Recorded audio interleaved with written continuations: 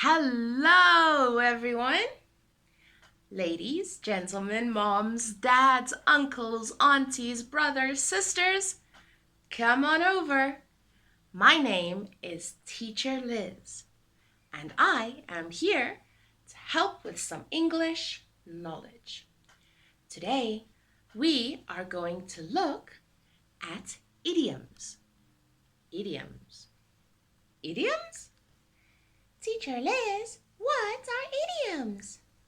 I am happy you asked, little panda. Idioms exist in every language.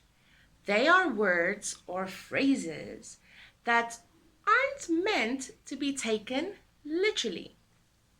For example, if someone says they have cold feet, it doesn't mean their feet are actually cold.